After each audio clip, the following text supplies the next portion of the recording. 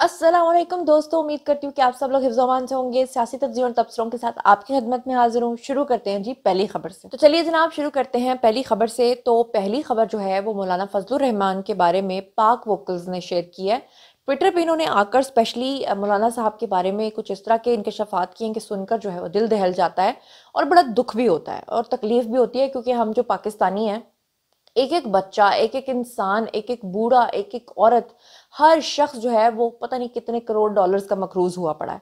और ऐसे में जब हमारे हुक्मरानों के बारे में इस तरह की चीजें आती हैं तो तभी लोगों को नफरत जो है ना वो बढ़ती है और फिर तभी लोग तब्दीली के बारे में सोचते हैं और तभी वो तब्दीली उनके गले पड़ती है और फिर वो क्या करें मजबूरन। अब जनाब ये पाक वोकल्स ने लिखा है कि मौलाना फजलुर रहमान के ऊपर करप्शन के संगीन इल्जामात जो हैं वो लगे हैं। अरबों रुपए के उनके असासे, लग्जरी प्रॉपर्टीज, ज़रूरी ज़मीनें और सियासी इख्तियारात का नाजायज़ इस्तेमाल मंजर आम पर आया है।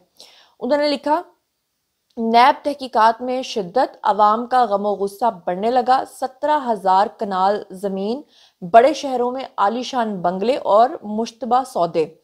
मौलाना फजलुर रहमान के मुबैना असासों की तफसीलात ने कौम को हैरान कर दिया। क्या इंसाफ होगा? मौलाना फजलुर रहमान के बारे में अगर ये एलिगेशंस दुरुस्त हैं, आजकल वो मदारिस की रजिस्ट्रेशन के उनके मामलात भी चल रहे हैं, अगर तो उस वजह से उनको बदनाम किया जा रहा है तो फिर तो गलत है। लेकिन अगर ये बातें सच्ची हैं तो फिर मौलाना साहब से ये लेने चाहिए। अगर आप लोग खान साहब के ऊपर अल कादिर यूनिवर्सिटी का केस जो है वो बनाकर खान साहब को कल्प्रेट करार दे सकते हैं, अगर आप फैज हमीद का कोर्ट मार्शल कर सकते हैं, तो फिर अगर कोई और सियासतदान अगर इस तरह की हरकत करता है, या वो आपको लगता है कि उसके असासे जो हैं वो हलाल नहीं है, या आपको लगता है कि वो उसने लोगों के हत्याए हुए हैं, तो फिर उसके ऊपर जो है वो कार्रवाई तो बनती है। आपका क्या ख्याल है जरूर बताइएगा। मैं चलती हूँ जी अगली खबर की तरफ। ये एक खबर है जी कि खलीलुर रहमान जो है वो धमाके में जाँ बहक हुए हैं। ये बिल्कुल एज इट इज इसी तरह से सुर्खी थी, आप लोगों ने थंबनेल पे भी पढ़ी होगी और तमाम मीडिया भी इसको ऐसे ही बता रहा था, लेकिन जो असल में अंदर की खबर है वो मैं आपको बता देती हूँ। दरअसल ये जो धमाका हुआ है ये काबुल में हुआ है और ये बेसिकली अफगानिस्तान के वजीर बराए मुहाजिरीन है जी, इनका नाम है खलीलुर रहमान। अल्लाह माफ़ करे, खलीलुर रहमान कमर नहीं है ये जो हमारे राइटर हैं। खलीलुर रहमान कमर को अल्लाह ताला लंबी ज़िंदगी तंदुरुस्ती दे, वैसे भी वो आजकल किसी बीमारी का शिकार हैं, तो अल्लाह ताला उनके लिए आसानियाँ करे। आपको बता दूं कि अफगानिस्तान का दारुल हुकूमत काबुल है, वहाँ पर धमाका हुआ, उसके नतीजे में तालिबान हुकूमत के वजीर बराए मुहाजिरीन जो हैं वो जाँ बहक हुए और हक्कानी नेटवर्क के बानी जलालुद्दीन हक्कानी के वो भाई थे और उनके भतीजे जो हैं अनस हक्कानी, उन्होंने बेसिकली तस्दीक की है कि उनकी जो है वो डेथ हो गई है। इसके अलावा एक और अहम खबर है जी कि हाउसिंग स्कीम में अरबों रुपए का जो फ्रॉड किया था मुबैना तौर पे, इसमें साबिक सेनेटर हैं जी वकार अहमद खान, उनको फाइनली गिरफ्तार कर लिया गया है। और आपको बताऊं कि साबिक सेनेटर वकार अहमद खान जो है वो निजी हाउसिंग सोसाइटी का जो स्कैंडल है उसमें 6 अरब रुपए के मुबैना फ्रॉड के ऊपर गिरफ्तार हुए हैं और लाहौर हाई कोर्ट ने उनकी एक रोज़ा हिफाजती जमानत जो है उसकी इस्तदा भी मुस्तरद कर दिया है। लाहौर पुलिस की मदद से जो है वो साबिक सेनेटर को लाहौर हाई कोर्ट के अहाते से दरअसल गिरफ्तार किया गया है और मुतासरीन जो हैं, पुलिस और फ्रॉड के जो मुतासरीन हैं, वो कमरा अदालत के बाहर उसका इंतज़ार करते रहे। मुलजिम ने गैर रस्मी जो है वो मीडिया से गुफ्तगू करते हुए कहा कि मेरा फ्रॉड से कोई ताल्लुक नहीं है, मैंने नैब के सामने खुद को सरेंडर किया हुआ है। अब जनाब बात कर लेते हैं कि पीटीआई बाकायदा तौर पे हुकूमत के साथ बातचीत शुरू कर चुकी है। वो खान साहब जो कहते थे कि मर जाऊंगा हुकूमत से बात नहीं करूंगा और सिपा सलार जो ताकत के जो मिज़ान है उनसे बात करूंगा, लेकिन फाइनली जब फैज़ हमीद साहब का कोर्ट मार्शल शुरू हो गया है और उसका जो सिलसिला है वो अगला मरहला जो है वो बढ़ चुका है, तो खान साहब को अपनी फ़िक्र लाहक हो गई है और अब खान साहब जो है वो फौरी तौर पे बातचीत के लिए भी तैयार हो गए हैं। अपना वफ्द भी उन्होंने हुकूमत के पास भेज दिया है। अब इसकी जो अंदरूनी तफसीलात हैं वो भी ज़रा सुन लीजिएगा। पीटीआई के राब्ते जो हैं वो बहाल हो गए हैं हुकूमत के साथ और बाकायदा तौर पे मुलाकात शुरू हो गई है। वफाकी हुकूमत और पाकिस्तान तरीके इंसाफ के दरमियान बाकायदा राब्ते बहाल होने की तस्दीक हुई है। सुन्नी इत्तेहाद काउंसिल के सरबराह हैं जी साहिबजादा हामिद रजा, उनकी पेशकश के बाद पार्टी के वफ्द ने चेयरमैन बैरिस्टर गौहर की क़यादत में स्पीकर कौमी असम्बली सरदार अयाज सादिक से मुलाकात की और मुज़ाकरात के लिए पार्लियामेंट का फोरम जो है वो इस्तेमाल करने की अयाज सादिक की तजवीज़ के ऊपर इत्तफाक भी किया। चेयरमैन तरीके इंसाफ जो हैं बैरिस्टर गौहर, कौमी असम्बली में अपोजिशन लीडर हैं जी उमर अयूब, साहिबजादा हामिद रजा हैं, अयाज सादिक हैं, उन्होंने मुलाकात की और उनकी हमशीरा के इंतकाल के ऊपर जो है वो भी ताज़ियत की। वजीर कानून और पार्लिमानी अमूर आजम नज़ीर तारड़ जो हैं उन्होंने भी मुलाकात की और फ्रीकैन मुशावरत से मुज़ाकराती कमेटियों के नाम जो है वो देंगे। ज़राए ने जनाब ये दावा किया है कि सियासी अदम इस्तेहकाम और तनाव में कमी के लिए बातचीत के बगैर किसी पेशगी शर्त की जो है वो होगी।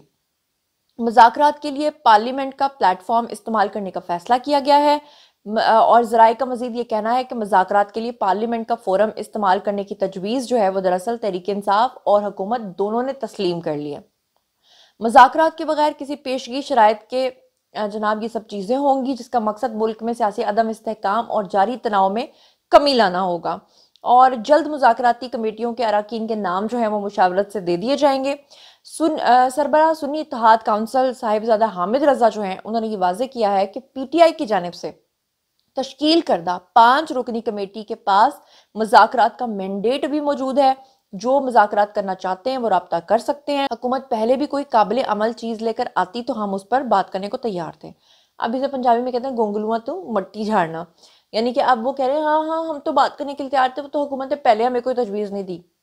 अरे भाई शहबाज शरीफ तो उठ उठ के अपनी सीटों से आप लोगों के पास आते रहे हैं कि भाई अल्टीमेटली आपको बात ही करनी पड़ेगी, बात कर लो। आप लोग मानते नहीं थे, लेकिन चलो अब मैं ये भी नहीं कह सकती कि देर आए दुरुस्त आए, क्योंकि अब तो बिल्कुल ही एंड चल रहा है। अब क्या देर आए दुरुस्त आए, अब इसकी जगह ना ये वाली मिसाल ठीक है कि अब पछताए क्या हो जब चिड़ियां चुग गई खेत। इट्स यूजलेस टू क्राई और स्प्लिट मिल्क।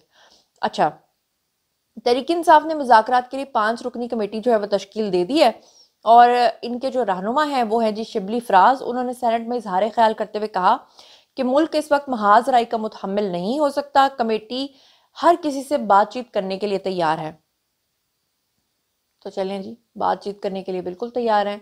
आप लोग इस बारे में क्या सोचते हैं? और अगर ख़ास तौर पे आप पीटीआई के सपोर्टर हैं तो मुझे बताइएगा क्या ये फैसला सही है या गलत है। और अगर सही है तो पहले से जो इतने अरसे से बातचीत का कहा जा रहा था तो उस वक्त बातचीत करने के लिए क्यों तैयार नहीं थे? क्या उस वक्त सही था या अब सही है? इसके अलावा एक और हम खबर आपसे शेयर कर रही हूँ और एक लिहाज से ये अच्छी खबर भी है और एक लिहाज से ये बुरी खबर भी है, क्योंकि इसके शिकंजे में सही लोग भी आ जाएंगे बेचारे। वो तो बाद की बात है ना कि वो बेचारे अपने आप को कब जाके जो है वो क्लैरिफाई करते हैं। लेकिन ये खबर बड़ी सख्त है जनाब कि सोशल मीडिया पर हर्जा सराई करने वालों के खिलाफ सख्त इकदाम का फैसला करते हुए साइबर क्राइम विंग को सोशल मीडिया पर होने वाले जराइम के खिलाफ कार्रवाई का इख्तियार मिल गया है। यानी जो लोग भी सोशल मीडिया के ऊपर हर्जा सराई करते हैं, इदारों की तस्दीक करते हैं, तो उनको बाकायदा तौर पर अब कार्रवाई का इख्तियार मिल गया है। FIA साइबर क्राइम विंग जो है उन्होंने दोबारा से बाज़ाब्ता इसकी बहाली कर दी और वजारत IT ने FIA को इख्तियारात की बहाली का नोटिफिकेशन जो है वह जारी कर दिया है। निगरान हुकूमत ने सोशल मीडिया की जराइम की रोकथाम के लिए दिसंबर 2023 में national cyber crime investigation agency जो है वो कायम करने की मंजूरी दी थी। अब फाइनली जो है वो उन लोगों को ये चीज़ें जो है उसका इख्तियार मिल गया है। इसमें थोड़ी सी तफसीलात आपको बता दूं। वफाकी हुकूमत national cyber crime investigation agency के सरबराह के लिए ऐसा डायरेक्टर जनरल तैनात करेगी जो कम से कम 21 ग्रेड का अफसर होगा और 63 साल की उम्र से उसकी कम उम्र होगी और DG को सूबे के IG के बराबर इख्तियारात हासिल होंगे, जबकि उसके मातहत डायरेक्टर्स, डेप्यूटी डायरेक्टर्स और असिस्टेंट डायरेक्टर्स जो हैं वो काम करेंगे। यानी कि प्रॉपर उनको जो है वो पूरी, जैसे कहते हैं ना कि आज़ादी होगी कि वो किसी के खिलाफ भी जो अपने इदारों की तस्दीक करता है उसके खिलाफ जो है वो बाकायदा जो सोशल मीडिया पे प्रोपेगेंडा कर रहा है, हरासानी कर रहा है, अफवाहें फैला रहा है, उसके गिर्द घेरा तंग कर सकें। लेकिन इसके चक्कर में बहुत सारे लोग जो हैं वो सही लोग भी आ जाएंगे, क्योंकि बाज़ दफ़ा खबर आपको पहुंचानी होती है तो उसको किसी भी चीज़ में जुमरे में डाल के जो है ये लोग कुछ भी कर सकते हैं। मैं आपको बता दूं कि पिछले दिनों अदाकारा नरगिस जो हैं उनका केस रिपोर्ट किया था मैंने और उनके साथ सबसे ज़्यादा हमदर्दी मैंने की थी और मैंने ही कहा था कि जो घरेलू वायलेंस हुई है उनके साथ वो अच्छी नहीं हुई है और ये नहीं होना चाहिए था। और उल्टा उन्होंने क्या किया कि उन्होंने कोई 10-20 लोगों के ऊपर, यूट्यूबर्स के ऊपर और डिफरेंट लोगों के ऊपर उन्होंने FIR कटवाई और उसमें मेरा नाम भी डाल दिया। अब मैं बेशक बेकसूर थी, लेकिन बात यह है कि फिर आपके चक्कर तो लगते हैं, फिर आपको लॉयर्स तो हायर करने पड़ते हैं, फिर आपको अदालतों में तो जाना पड़ता है। तो मतलब बिला वजह भी जो ये नाम डाल दिए जाते हैं ना, उसके बारे में भी कानून बनना चाहिए कि गलत नाम किसी का ना डाला जाए। शिकंजे में कोई भी आ सकता है, लेकिन अगर कोई वाकई अपने इदारों के खिलाफ या कोई प्रोपेगेंडा कर रहा है या अगर कोई जानबूझ के फॉल्स एलिगेशंस लगा रहा है तो उसके बारे में जरूर बात होनी चाहिए। जनाब, ये था आज का वीडियो। बारी है जी आप लोगों की कमेंट सेक्शन में और बताइए कि आप इन तमाम चीज़ों के बारे में क्या सोचते समझते हैं। जो कुछ भी आप सोचते समझते हैं शेयर कीजिए, पसंद जवाब दूंगी।